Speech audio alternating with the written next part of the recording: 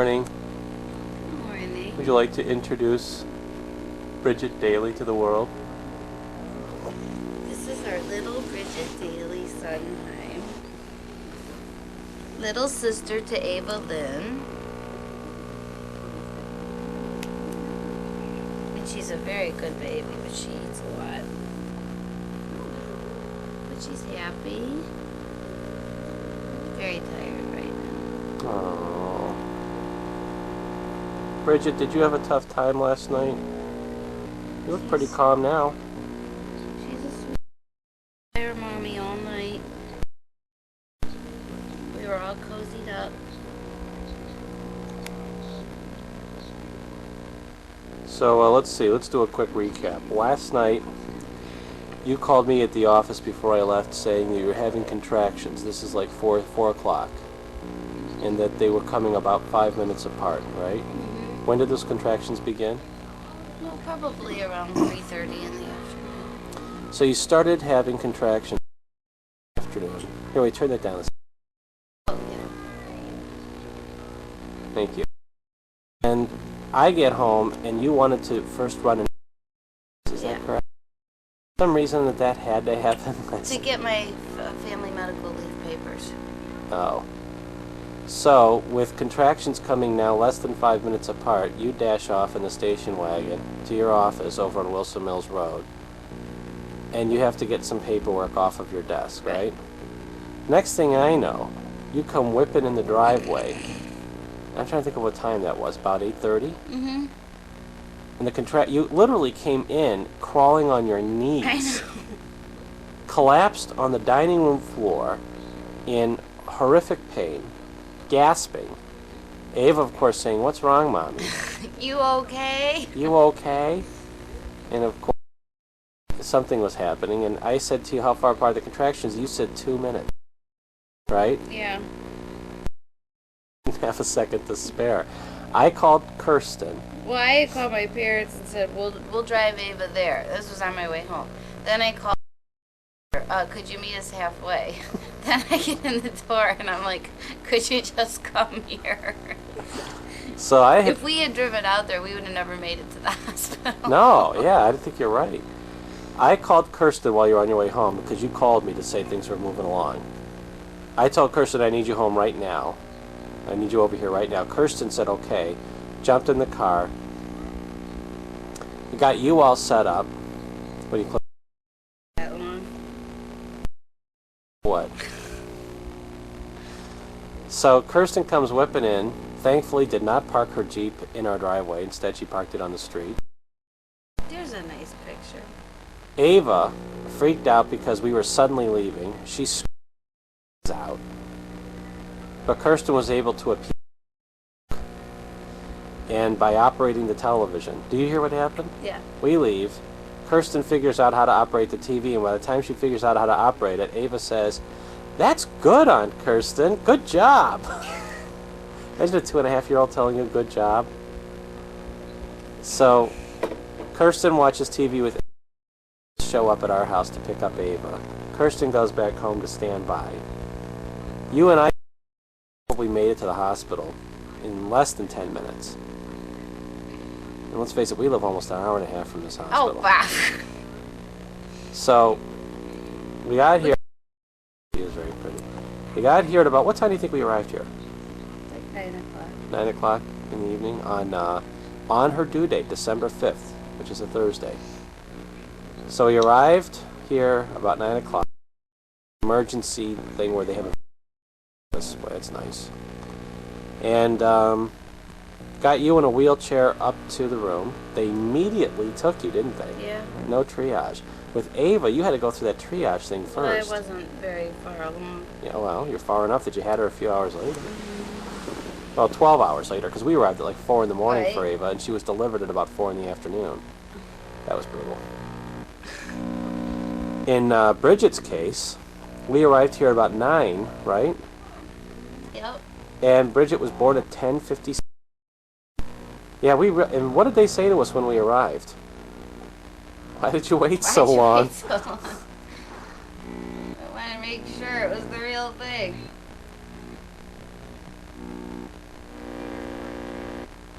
Honey, is there something that you're watching on TV that's more important than taking this minute to document your child's birth? I was gonna put on my soap. I hear, I years from now when she's watching this, will your soap opera have been more important than her birth? Because that's what you're saying here, This goes in the time capsule. Well, we had a scary minute there at the beginning, didn't we? What happened? Heart rate was very low. Too low. They said that it was a baseline. So they broke the water. They broke the water. They wanted at least 120 beats a minute. She was at about 100, and they said that that was bad. Do you know I immediately started praying? I know, I saw you. Do you know every prayer I had last night was answered? Well, except the lottery. I have to check my ticket. I have to see it. But if that one too, every prayer will have been answered. But it looks like they stabilized the heartbeat issue. They attached a monitor to her head. Do you know how they did it? They screwed it into her head. Did you know that? I figured. Well, you know how doctors don't have bedside manners? Okay, so this one doctor's standing next to me, and I said, "So what about the heartbeat?" He said, "Okay, well we've got a much better monitor on it now than we did before." I said, "Oh, what did you do?" "Well, we attached a monitor, a sensor to the top of her head." I said, "Oh, how did you do that?" "Oh, it just screws right into the skull." I looked at him and I said, "What?" And he looks at me and he goes, "Oh, it's just a little screw," and he shows me how it's I like. see the mark. Yeah, he says it's like an 1/8 of an inch. It barely screws into the top of the scalp. I said, "It screws into her head. That had to hurt." And he pauses and he goes, and then he sort of slightly smiles and he says, "I'm still a student doctor and I've got to learn that there's like ways we're supposed to say these things, and that was apparently not the right way." I said, "I would have liked better had you said magic, suction cup device. That I would have liked better." He said, "That's what I'll say in the future." Super glue. Anything other than we screwed it into your daughter's head. There she is. Well, can you see the little mark? No. Well, yeah, you can. It's right there. Wait, let me get a shot of that. I don't see it. It's right there. Okay, move your finger. Okay. Move your finger. Well, long story short, Of course. She's fine. she's fine. You were perfect. stabilized. You had about four Four contractions pushes. with pushes, and it was Yes, about you- on the fourth one that she came out, and she came out pretty fast. Yeah, no suction. Yeah. Ava, they had to suction her. Oh yeah, they had to put that thing on her head. Yeah. Yeah, no, not Bridget. Oh, okay. And so Bridget appears to have dark brown hair. She is 7 pounds 10 ounces. How long? 18 inches? She is in the 75th She might be 18 percent. and a half. I don't know what's on her card. For weight, she's in the 75th percentile, but in length, she's in the 10%. So we know that she's like short and fat. She is not. She's good shape, Perfect. perfectly healthy. She's everything we hoped for. A healthy baby girl, that's it. She looks nothing like Ava. Yeah, she does not look like Ava. She looks more like Ava. If Ava favors the Ballantyne-Sondheim family, Bridget seems to favor the Lenz-Horsfall family. That's my early guess. I told your parents that. They were thrilled. They're dying for somebody who looks like that. Because your sister's kids don't. Zach does. I think. I don't think so. Except for the red hair. Yeah, to start with. Except for the red hair and whatever. She's getting it. Okay, well. Come back to it. We have our 2 little daughters. 2 little girls. Ava will be here with her grandparents shortly, right? Hi. Where are you, Ava? We're here. At the hospital? Yeah. Is this the hospital where you were born? Yeah.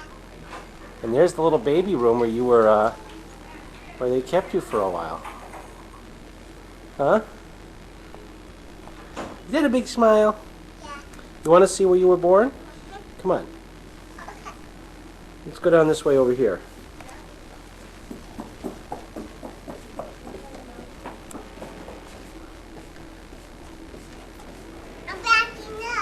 You're backing up. You got to make a noise. You got to go beep, beep. Beep, beep, beep. Bop, bop, bop. Shh.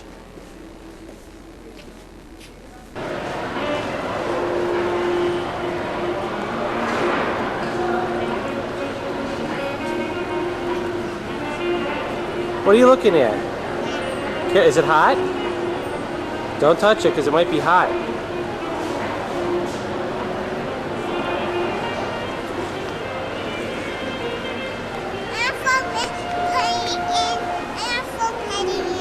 What do you want to do?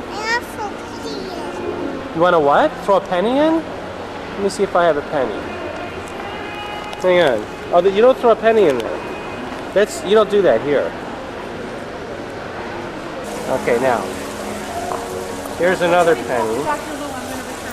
Okay, so what are you going to wish for? A baby sister. You've got a baby sister.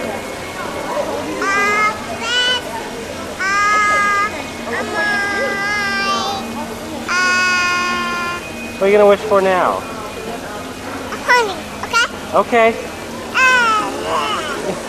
wish a pony. What do you want? I wish a pony. You want to wish for a pony? Yeah. Well, you're going to need more than that. Here, wait, I'll give you a nickel. Whoa. A nickel. Here's a nickel. Where's the other? Okay, wish for something big if it's going to be that much money. Throw them one at a time. One at a time.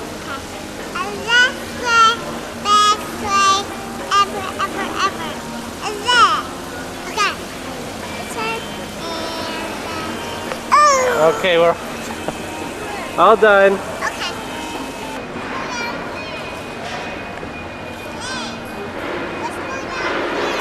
Okay.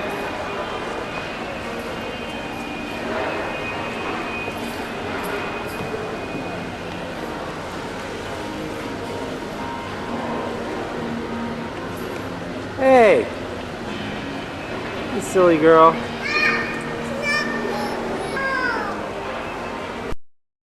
You want to go up and see Mommy?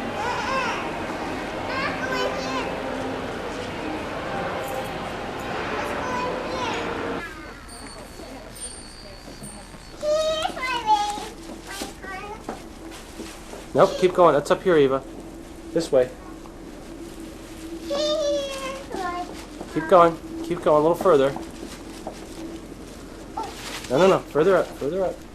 One more, honey.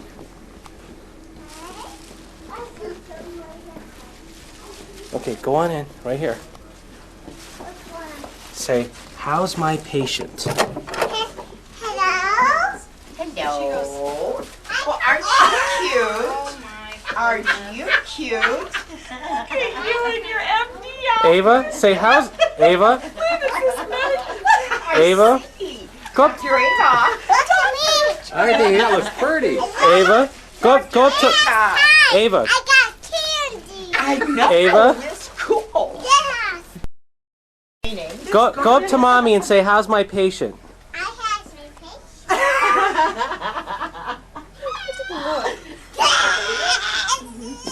Ava, let's see your outfit. Daddy's a sucker for everything. Doctor in training. Turn I around. want my Let me, candy. turn around. Let me grab I want a my seat candy. That's how you bribe her into back. Doctor anything. in training. Ava's in her doctor in here. Yeah, it is. It's in the bottom. Where's your candy? Oh, Grandpa likes these. Yes.